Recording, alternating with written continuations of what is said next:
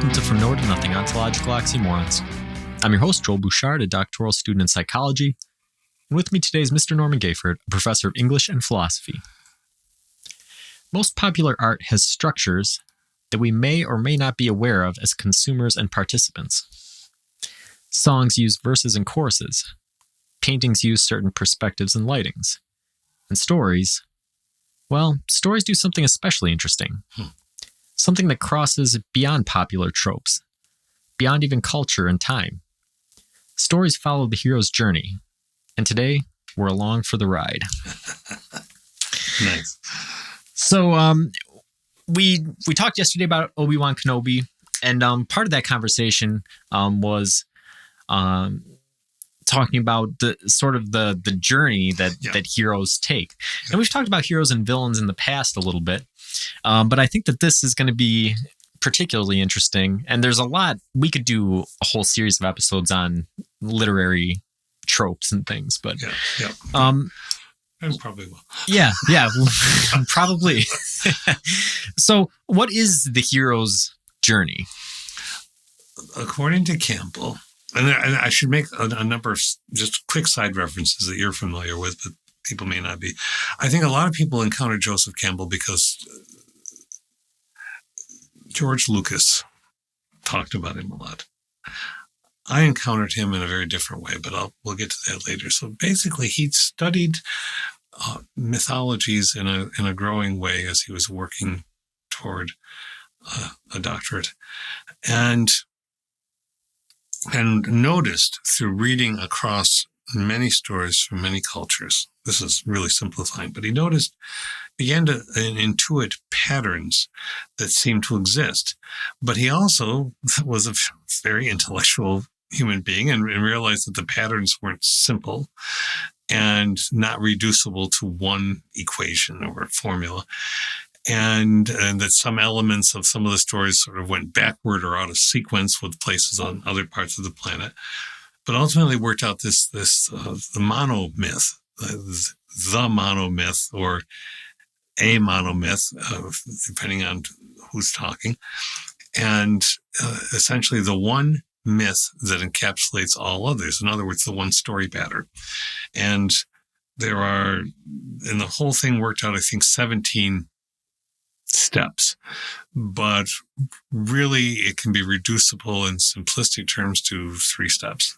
A call to adventure, a going through difficulties, actually 4 steps, going through difficulties, but getting aid, achieving your goal, and then going back to your people. And they seem to speak to enough people in enough fields that it stuck.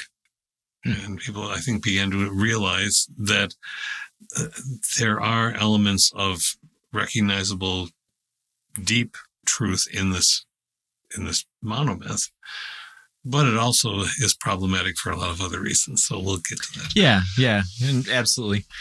But yeah, I think that the thing that's interesting about the monomyth and about some of these other things is you and I were talking about it before the show. There's these things that appeal to us on a level that we have a hard time sort of articulating or picking up on. In the intro, I said that, songs have verses and choruses generally, right? I released a progressive sort of psychedelic song that was 19 minutes long, right? That didn't have any repeating parts, Yes. Which is an option, right? And that's the beauty of being human, is that we have this creative potential to do any number of things. But despite having that ability, we gravitate towards this verse chorus format, or we gravitate towards, having lighting from this angle and having the focus of a painting being, offset this amount. And in stories, we gravitate towards this story pattern, right? And it philosophically, what's interesting about it, we're going to explore this from a literary perspective for sure, but the interesting philosophical part about it is asking the question, why? Why does this sort of thing appeal to us? Yeah. So who was Joseph Campbell? A literature major, like me. I'm not associating myself that way, but it's still kind of fun for me. He was a scholar and a literature major who decided, whose experience took him to study across fields, interdisciplinary studies. And he art and psychology and storytelling and so on. And the short form is that he went to a lot of places and studied many things. One of his mentors was Heinrich Zimmer, who was a major mythologist of his time. And he immersed himself, Campbell did, in Jungian storytelling, Zimmer's views on mythology, and then all kinds of traditions. And as I understand it, I'm going back to my first experiences and stories being told to me about him. He didn't finish his dissertation because his committee, his mentor, said, you can't do cross-disciplinary this way. It's not going to work. At the time in which he was doing this, it wasn't considered tenable. But when I encountered Joseph Campbell at college, it was with an incredibly powerful religious studies teacher named Mary Stewart, who changed the course of my life in my studies with her and her colleagues, and first introduced me to the Campbell monomyth. And we were reading Campbell, and then some of my other teachers were taking me there too, in literature class and religion class, in philosophy. And so it was inevitably becoming an interdisciplinary thing. I was, even as a freshman and sophomore at college, I was realizing something's going on here. What I didn't realize at the time, because I hadn't cottoned on to it, I wasn't aware enough, is that Joseph Campbell was teaching at Sarah Lawrence College up through the early 1970s. And Sarah Lawrence College has had a pretty,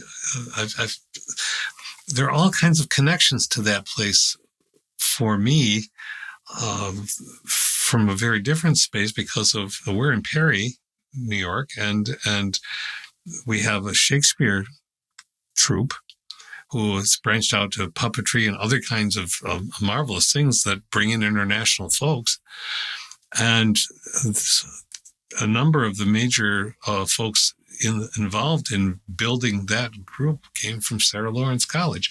And my second born, now adult child, went to for a summer of study in theater at Sarah Lawrence College. So Sarah Lawrence just keeps coming up in my life. And I realized in rethinking all this stuff that I came so close, I could have almost, if it had just been a few years difference, I might have encountered Joseph Campbell. But one could even, back in the day, watch him on interviews.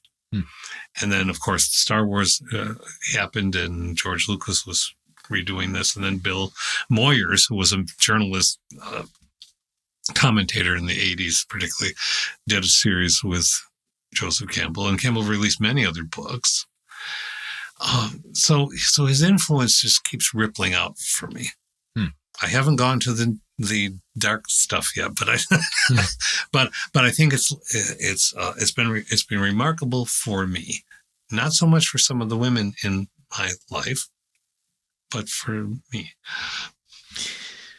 So what can you tell us about The Hero with 1,000 Faces? So that sort of seminal work of his. Yeah. That it is at once accessible and challenging. That laying out the monomyth in narrative terms, I found really helpful in this class that I was starting out with. But the charts, they are really useful in some ways. But when you start charting out variants and subvariants and these 17 steps, it begins to feel contrived. how many steps can something be and still be a pattern for everything? Well, how many steps are there in a recipe? I suppose one could ask. So your question is, what do you make of it? Can you sort of like give us the background of a hero with 1,000 faces? Right. Okay. So you have the call to action. A hero, and there's been much argument that a hero can be male, female, non-binary. It doesn't have to be male. We always default to that, but we don't necessarily have to default to that, right? And there have been lots of responses back with it. But so you have the call to action. You're living a normal, ordinary life in a little place, nondescript place perhaps, or just a mundane life. And then something calls to you. Something speaks to you. Something says, go and do this. Now, that might be a supernatural intrusion. It might be a psychological aha, whatever it is. And so then you either have the opportunity to say, nope. And sometimes that happens. Or you say, all right, yeah, I can go do this. And so the call then leads to the departure, preparing yourself to leave this little mundane life pattern that you've had to go out and do things. And as you're journeying along the path, maybe you're thinking, well, this isn't so hard. I'm out here adventuring. I've got my backpack and my walking staff, and I'm going to go do this thing, whatever it is. And you and I have talked about it in terms of art, but we'll get to that. But then you have to go into this special world. You have to be initiated into becoming the hero. And that's not easy. And it's not supposed to be easy. This is where movies sometimes, because of the nature of movies, have to be relatively short, that you don't get this sense of how difficult sometimes it is to leave the ordinary world. And the task that you're picking up is going to fundamentally alter you. Okay, so that's the initiation part. And then you get altered, you do your thing, and then you go back. That's the 3 steps. Departure, initiation, and return. Right. But that's not nearly as interesting as the other steps. Yeah. So am I over talking this? No, I think that you're good. Yeah, I'll kind of quickly give them the 17 steps. So it's the call to adventure, which you covered. Yep. The refusal of the call. Nope, I'm not going to do it. Which you have the option to say, but really you don't have the option to. It would be a short book, right? So you can refuse the call, but you're going to get dragged into it. And then the third is supernatural aid, having some ally that comes along to help you. Crossing of the first threshold, which is, that into the other space. Right. Becoming the hero. 5 is the belly of the whale. So when you cross into that other space, you're not ready for it. So you sort of end up, getting knocked down. Yep. The road of trials, which is all of sort of that interesting bits in the middle of the book, right? The meeting with the goddess, which this is sort of like another supernatural aid, right? In some regards. Yes. Woman is temptress. Do you think that there's anything that we can say about that that's not overtly chauvinistic or sexist, or can this sort of step be adapted in a way? It can be adapted. It can be adapted to things metaphorically, but it still can tramp and understandably tramp into zones that really put some people off. I can be reasonably intelligent, nor could you, and not see why that would happen. But it can be things like anything which really wants to take you away from the current path that you're on. And so in some ways, I think that having thought about this and reread Hero a number of times over the years, I think that this has been so narrowly reducible to the sexist thing that really it says, oh, I've got another call. I got to go do this. I'll be back later to do this. A lot of people are like that. I'm into this interesting thing, but shiny object. I'm going to go somewhere else. Yeah. So I think that And I think that a lot of storytellers have done a good job adapting that in different ways. Let's see, money. Yeah. Or whatever. There's the forbidden treasure, right? Yeah. You go in to do this thing, but stay away from this, right? Or that sort of. All right. Then there's atonement with the father, which is an interesting kind of step. Apotheosis. You want to? Apotheosis is when the cleansing final part of the transition happens. The hero comes to understand the world, life, the journey, all of those things in a way that was not possible back at the beginning. And therefore, having come to that, cannot be the person the hero was anymore. So the apotheosis, it can be this highly spiritual moment. It can be the moment when all the X-Men powers kick in. I can do this. Obi-Wan Kenobi finds out that he can manipulate things. Anything like that. Gotcha. The ultimate boon, which is sort of achieving something, right? Having something after the quest. The boon, when I first encountered that, I thought that's an interesting word. Well, then my vocabulary was greasy. It's achieving the goal, but it's also taking or getting ready to take this thing that you've achieved. Now, it might be an object like the Grail, or a sword or something. It might be a realization that is so profound that it's dangerous. But you have to prepare to take it back, because part of your job on the quest is to go back.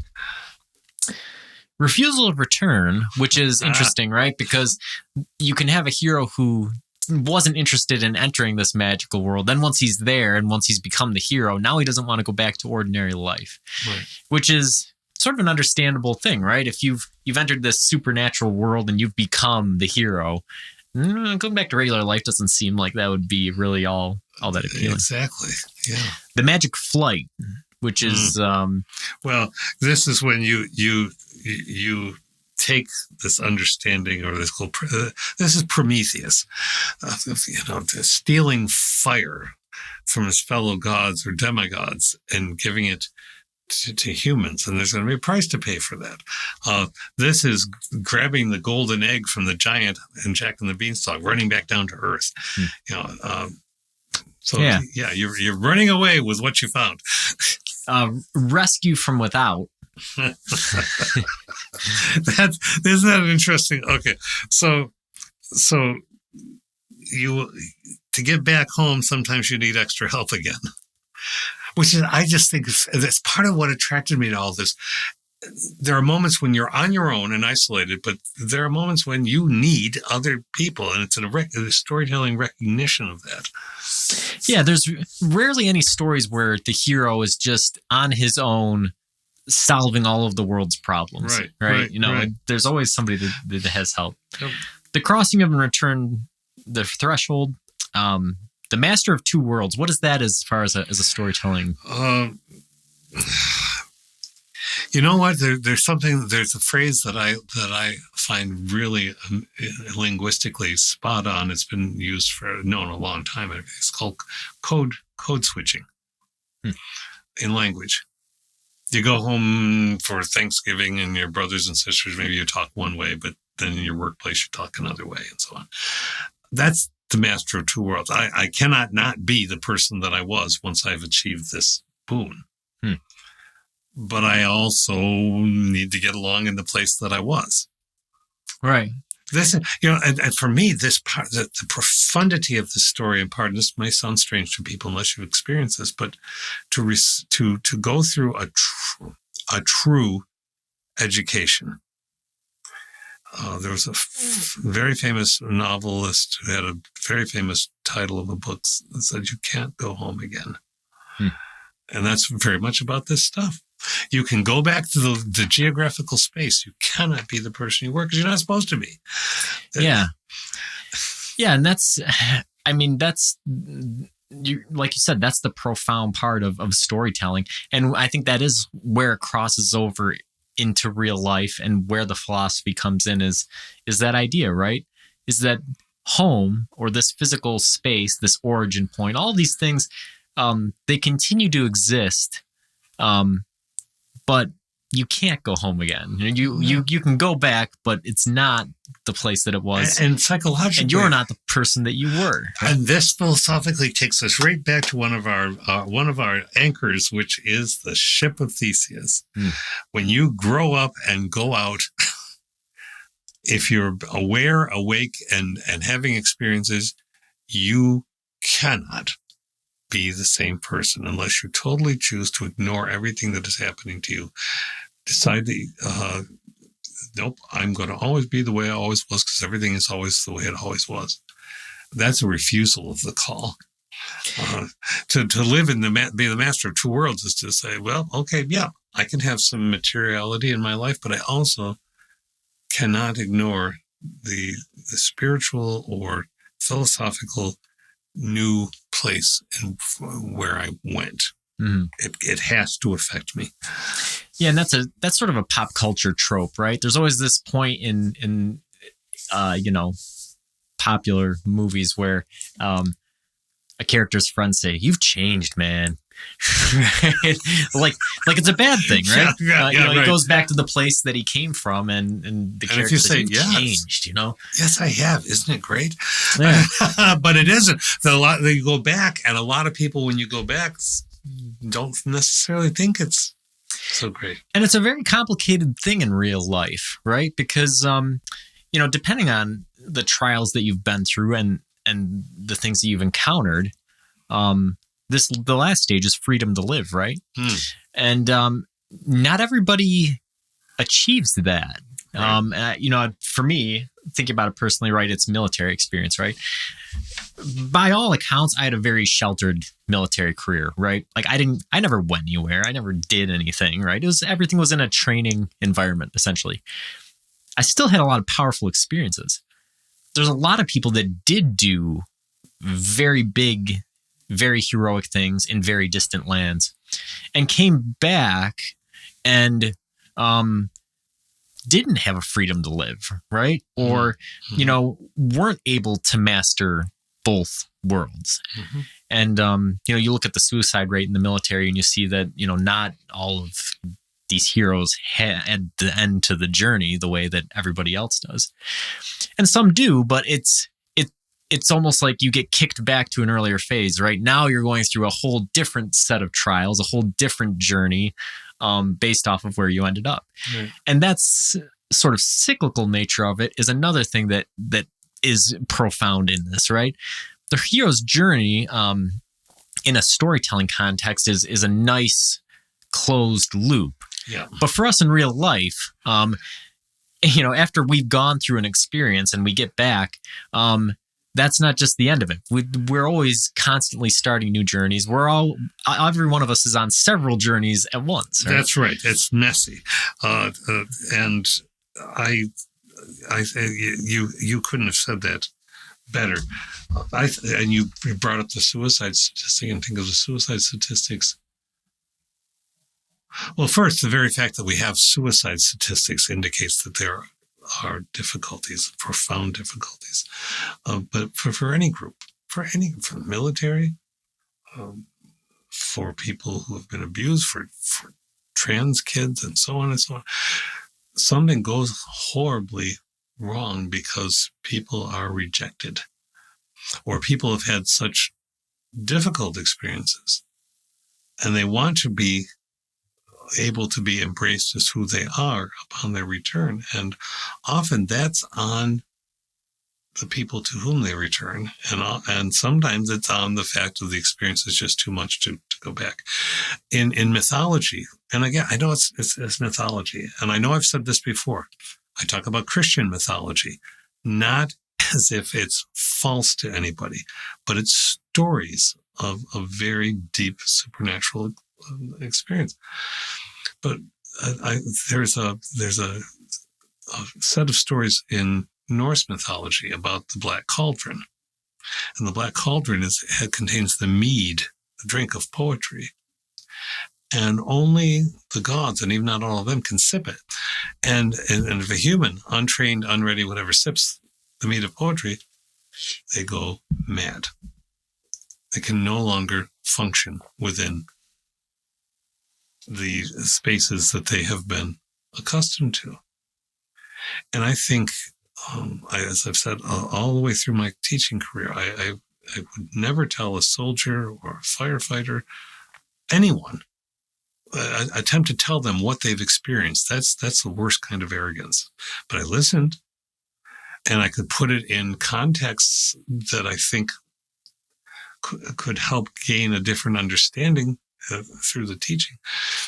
But there are things that one goes through that wound us. In Arthurian mythology, there's the wounded king. He never heals. That wound us so deeply that we can't entirely return. And so, yeah, it's not this is the part of the Campbellian, the monomyth stuff that I sometimes think got watered down too much. There is, and you've probably read of this too. There's a guidebook, I think it's 7 pages or something like that was put out by people who were trying to help other people do screenwriting. So let's have the encapsulated version of the monomyth and just use that as a way of creating a story for the screen. The very fact of using it is reverse engineering. Right. If you're profoundly thinking, oh, well, now I've got to have this step, or now I've got to have this step. And that becomes the primary thing. Well, I've got to do this. Then all art is contrivance and artifice anyway. That's the word art. But that becomes so plastic and inorganic that I think it's doomed to fail. Yeah. And this is where art is very interesting, right? Because we've talked about it before, right?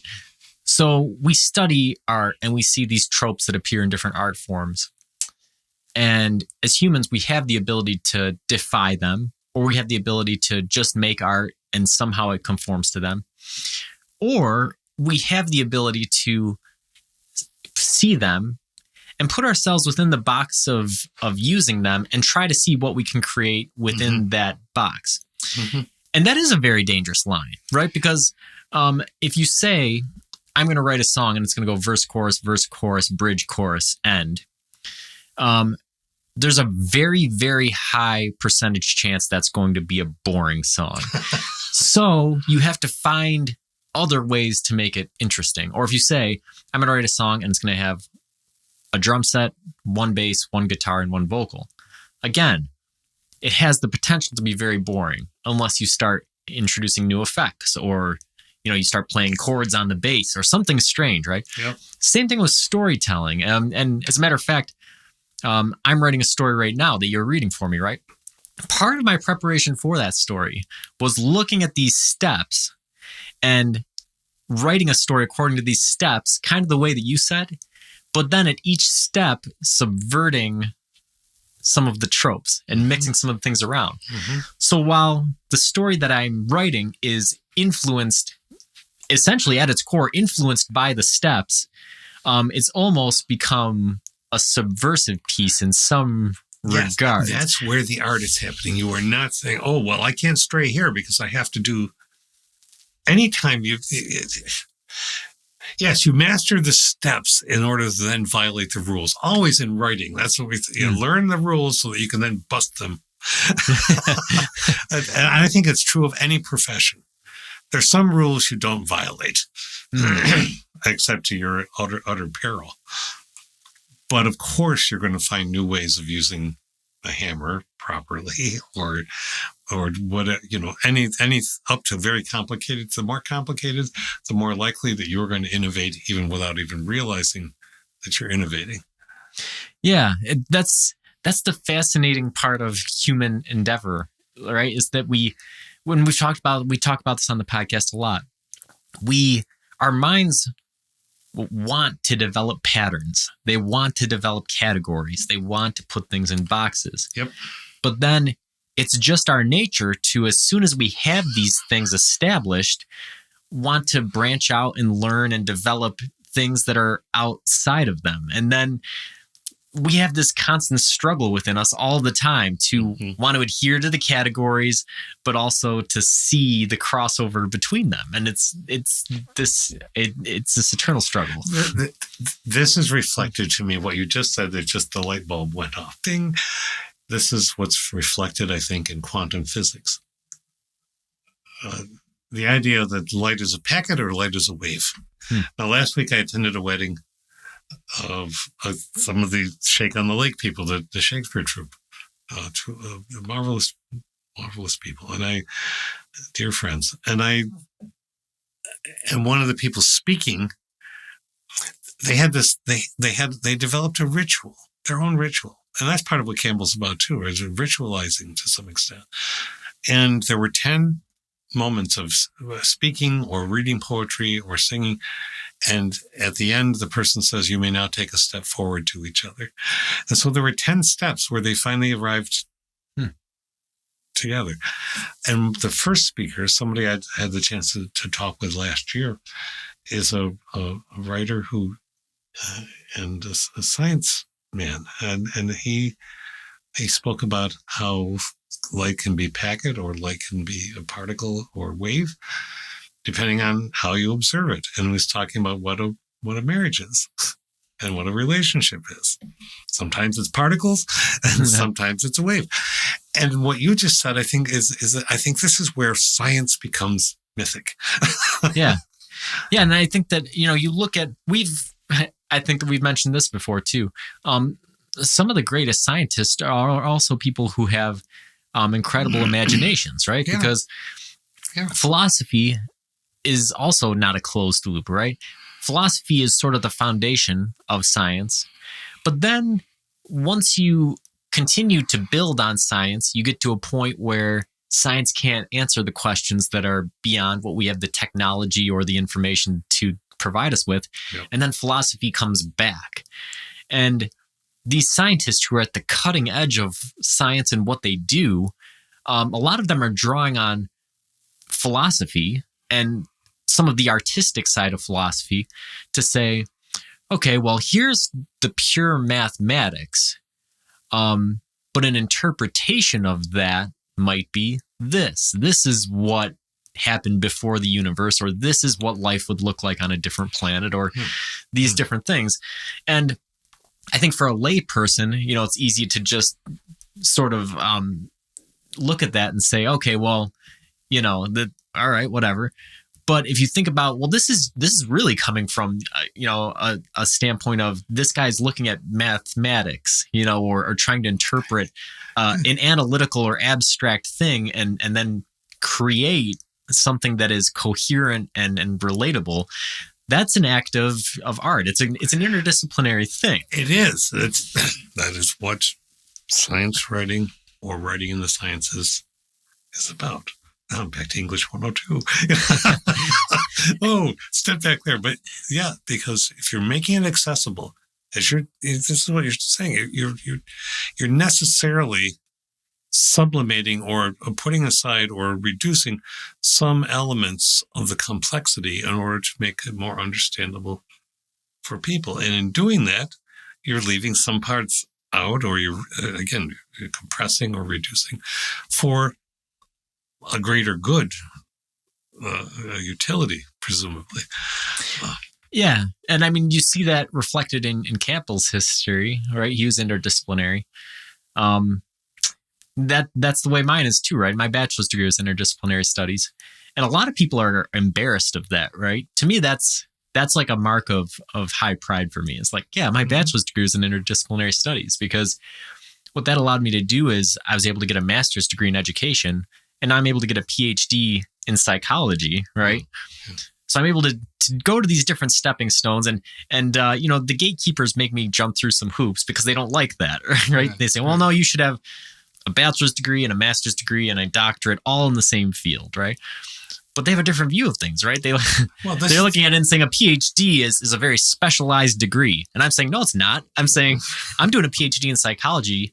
You better believe I'm going to draw on everything possible Right. that is related to human psychology, but isn't the structured field of psychology, because that's how you make developments and progress in fields, right? Part of this is it's a quandary. It is a collision in some ways, perhaps out of necessity, but the intense professionalization of education in this past 100 years, which has been toward utter specialization, particularly probably in the past 70 years, so that you're so removed from other fields, you know an amazing amount of stuff and useful stuff and an authority in that one thing.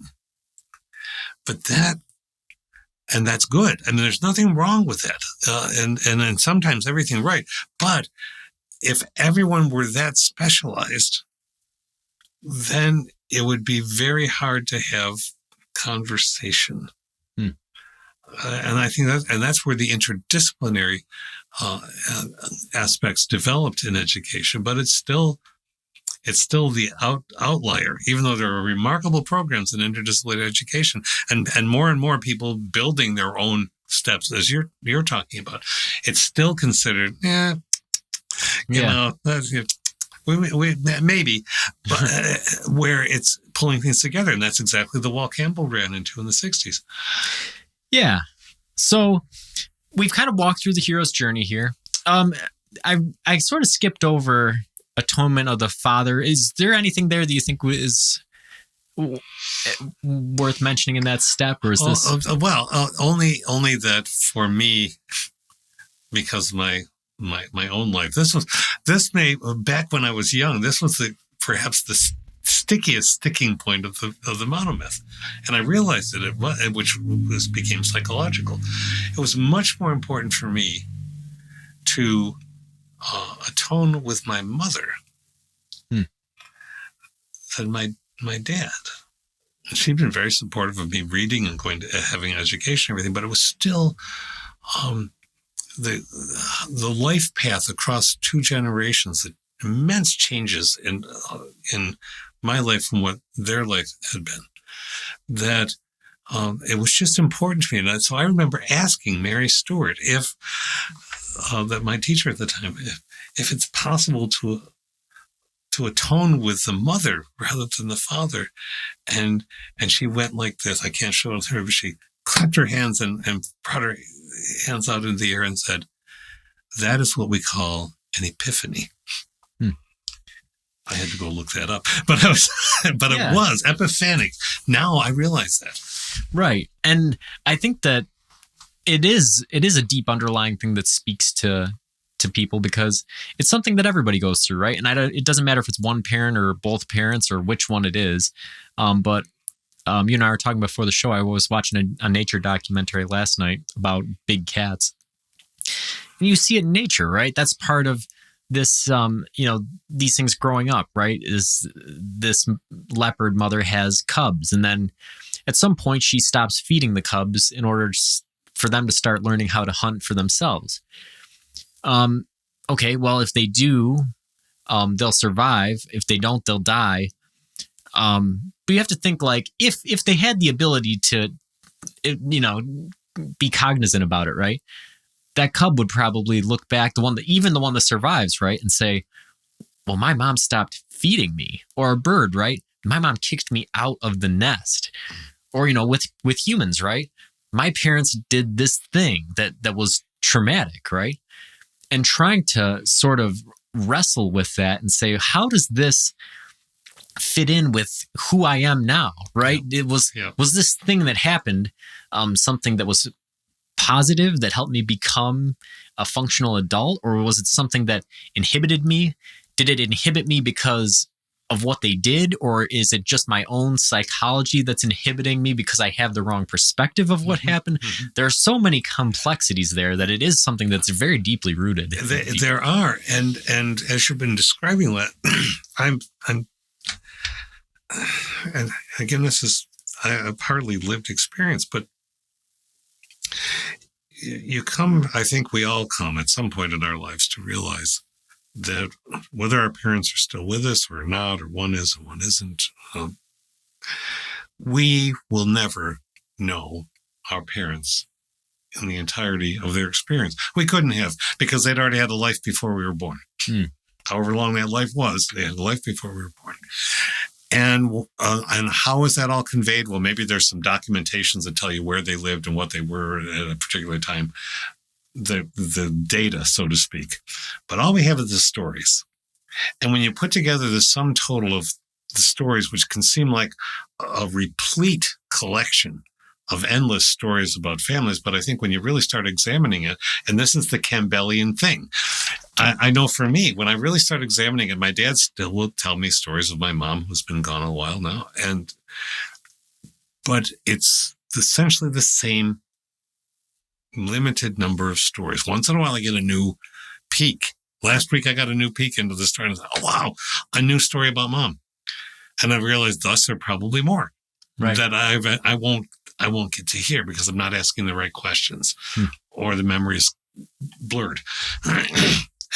So what can seem like an endless body of knowledge about our parents can accordion backwards into, oh yeah, they're like these 10 stories that we learn as kids about them. And we keep repeating them to ourselves. But what's all the stuff that we don't know? And so to atone with that, I think, is to atone with the realization that you are never going to know everything, and you have to accept some things as they are, and that's that super being that is the parent, male or female or both, and move on. I've made my peace with you, with the parts of you that I knew. I can't make a peace with something that I never knew. Right. So we've gone through the whole story.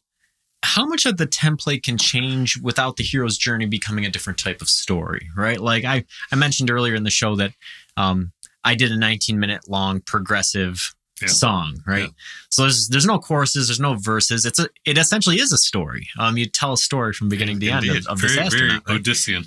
So Homeric. So that breaks the template of popular song structure. There's no verses or choruses or bridges. It's just a long story, ironically. So in storytelling, we've gone over these 17 steps. Yeah. We know we can distill it down to 4.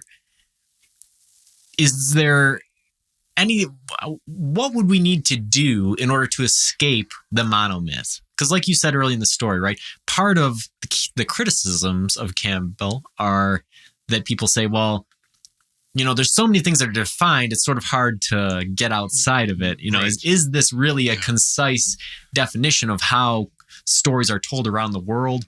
Or is this just a guy that wrote so much stuff that it just sort of happens to encompass most things? So how, you're asking about the critiques of it, or you're asking how, to what point does it not become that anymore? Yeah.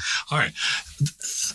There is a book that I have yet to read, but I've been intrigued because I missed it somehow, that came out last year by a folklorist named Maria Tatar, called The Heroine with 1,001 Faces. And I've read of it. There was an Atlantic magazine article, and I remember reading it last fall and then saying, yeah, that's a book I got to read. And then it went off and getting ready for today, that came back. And so I ordered it through the library. Probably end up buying it from my library, but it is about this. It's not a rebuttal of The Hero with 1,000 Faces. It is, but this is not women's experience uniformly. The Femme Mulan story that everyone enjoyed and Disney took is not the same hero story exactly. And you never seldom hear of women knights, because of course in a patriarchal culture, women couldn't be knights unless disguised, right? But the things that women go through in Greek tragedy and in Shakespearean plays, and in all of the literary world, and the stories that women have told and told and told, and only now are we beginning, now as in the past half century, really, women's studies and women's literature and it's all been there, or the voices have been there. The ancient stories are just as ancient as any Homeric story, but we've ignored it. We've missed it. We've purposely not paid attention. All of those things and more. And so I don't know if she's going to go for a template of a kind, but I have a suspicion that she's going to say, there's another way that heroine stories work. Yeah, I mentioned in writing my own story that, I looked at a lot of, the hero's journey and tried to subvert some of the tropes. And that's something that I've done. You've read, the beginning sections of it. Yes. Part of what I did is I wrote, as I was writing this story, I noticed my main character was this middle-aged man. And I thought, does this character have to be a middle-aged man? I said, what if I made this character an elderly woman, right? And so sort of the main character of my story is a 70-year-old woman. Mm-hmm. And, that creates story writing challenges in some regards, but it also opens up opportunities that aren't available through a typical storytelling in other ways. And what I found is that, you can tell a very action-packed, very exciting story, and have this 70-year-old woman main character that isn't just a token and isn't just sort of viewing things from the sideline, but is playing an integral part in all of these things that are happening, even if the people that she is fighting against or fighting with or what things are going on are gods, right? Mm-hmm, mm-hmm, and you really do. You find out there's two sections to that for me, and one of them is like you were saying, is women are not presented in stories. They're not represented in stories very well. Yeah. But also, and this is, part of the reason I've gotten into psychology and something that's interested me from a young age, the misrepresentation or the diminishment of the role elderly people can play in stories and in everyday life. And in many ways, I think that, how elderly people are treated in society is one of the last remaining unrecognized biases. Obviously racial and gender biases exist and are something that people are fighting, for and against on a regular basis. I think that elderly people, they're biased against, but there's not really, there's not a voice standing out for them in the world the way that there are people standing out for some of these other causes. Yep.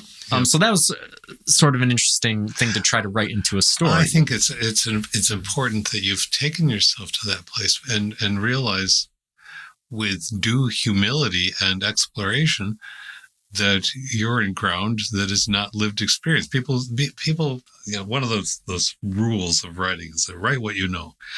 Nope. Write some of what you know, but know it differently by writing freshly. Right? And then, Tatar in an interview apparently has said, I'm paraphrasing, but do credit to Campbell for what he did. But keep in mind that in the Hero with 1,000 Faces, 999 of those faces are male. And that there are all of these other ways of going through quests and being part of the quest story that are not acknowledged in that template.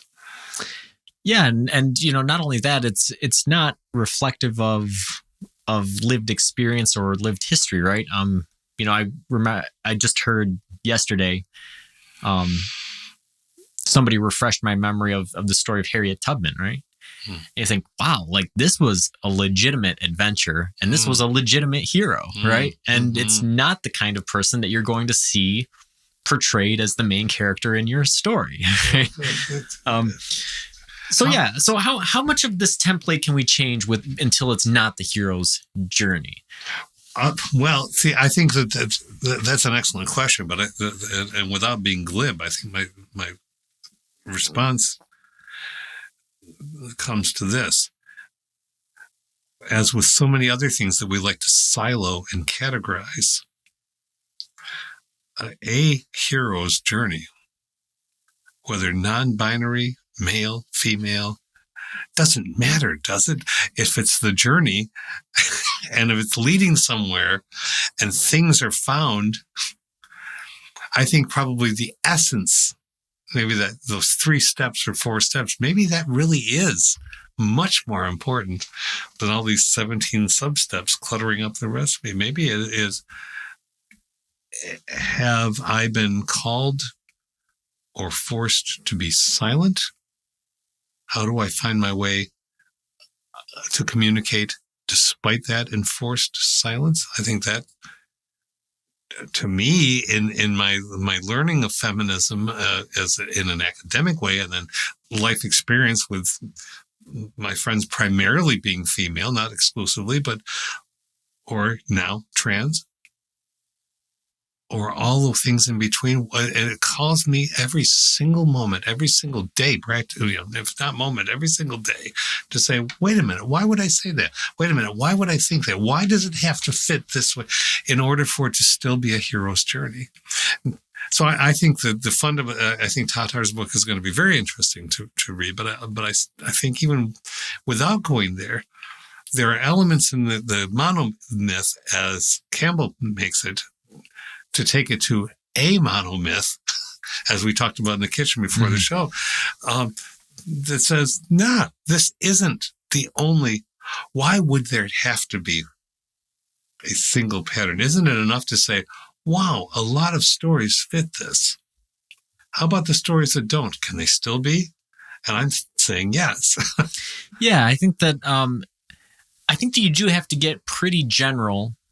But I think that the monomyth sort of does survive across stories with those sort of 4 steps, right? An ordinary world, an initiation, an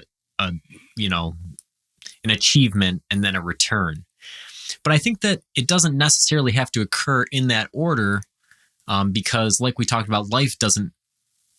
The monomyth is cyclic in real life, right? So an end of a journey can lead directly into the beginning of another journey, or we can do the steps out of order, these sorts of things. The same thing in music, right? Like songs have verses and choruses, but some songs start on a chorus, which is sort of, okay, well, this is strange. Some songs don't have verses or choruses, but they're still songs, right? So I think a song, if you look at a story, or a myth, I don't think that there needs, you can tell them in any sort of pattern or, doesn't need to be, the more steps you add, the less likely the things are to fit, obviously. But I think that the idea of a pre-existing world, a challenge, an achievement, and then a post world really are essential. Together are essential, and I don't think those have to be of necessity gendered. Right. I think that male stories have been, up to a certain point in our history, much more easily accessible because they're proliferated through imperialistic culture, through patriarchal culture, all those things. But women's stories are there. Grandmothers' stories are there. Do we ask our mothers for the stories of their lives? Have there been elements that cross the genders and the expectations? Yeah, probably.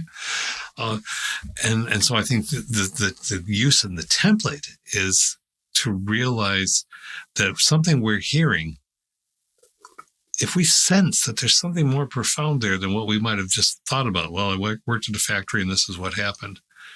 Yeah, but why did that happen? And how did you face that? And those kind of questions, that's what mythologizes or lifts or deepens the ordinary stories that we hear. Yeah. So our final question, we've talked about this quite a bit, so we'll see if we have some fresh insights here at the end. Why does the hero's journey appeal to readers throughout the world?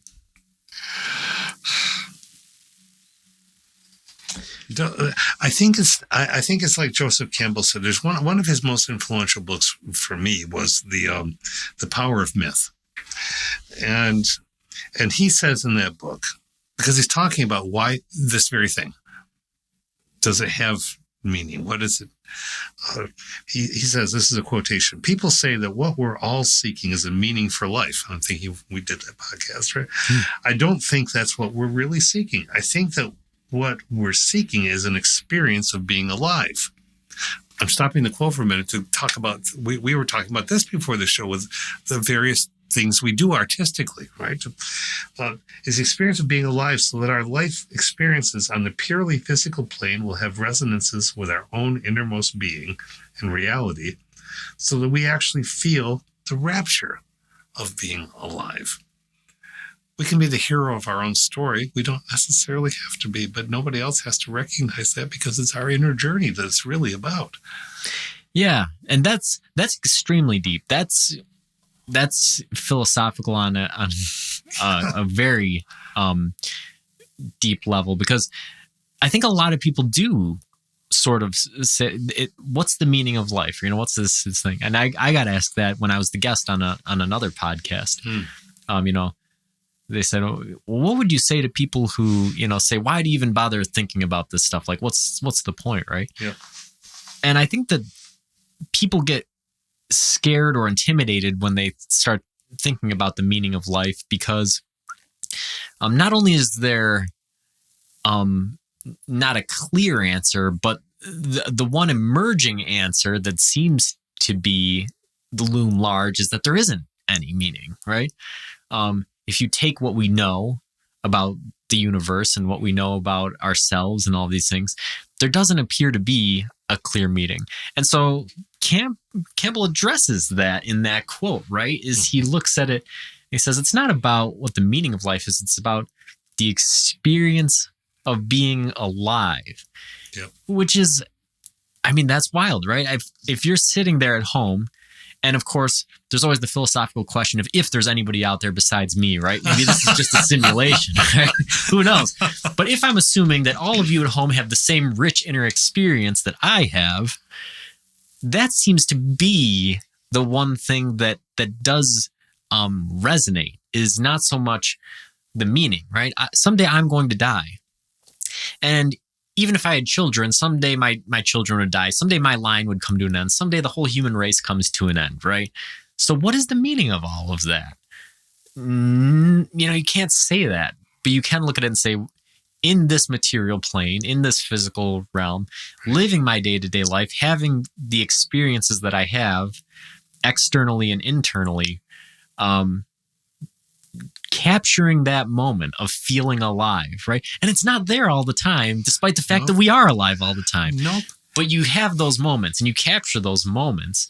And some of us are that it's an active pursuit, this sort of, idea of I've felt this before and I want to find that again, of living these experiences, right? He calls it feeling rapture.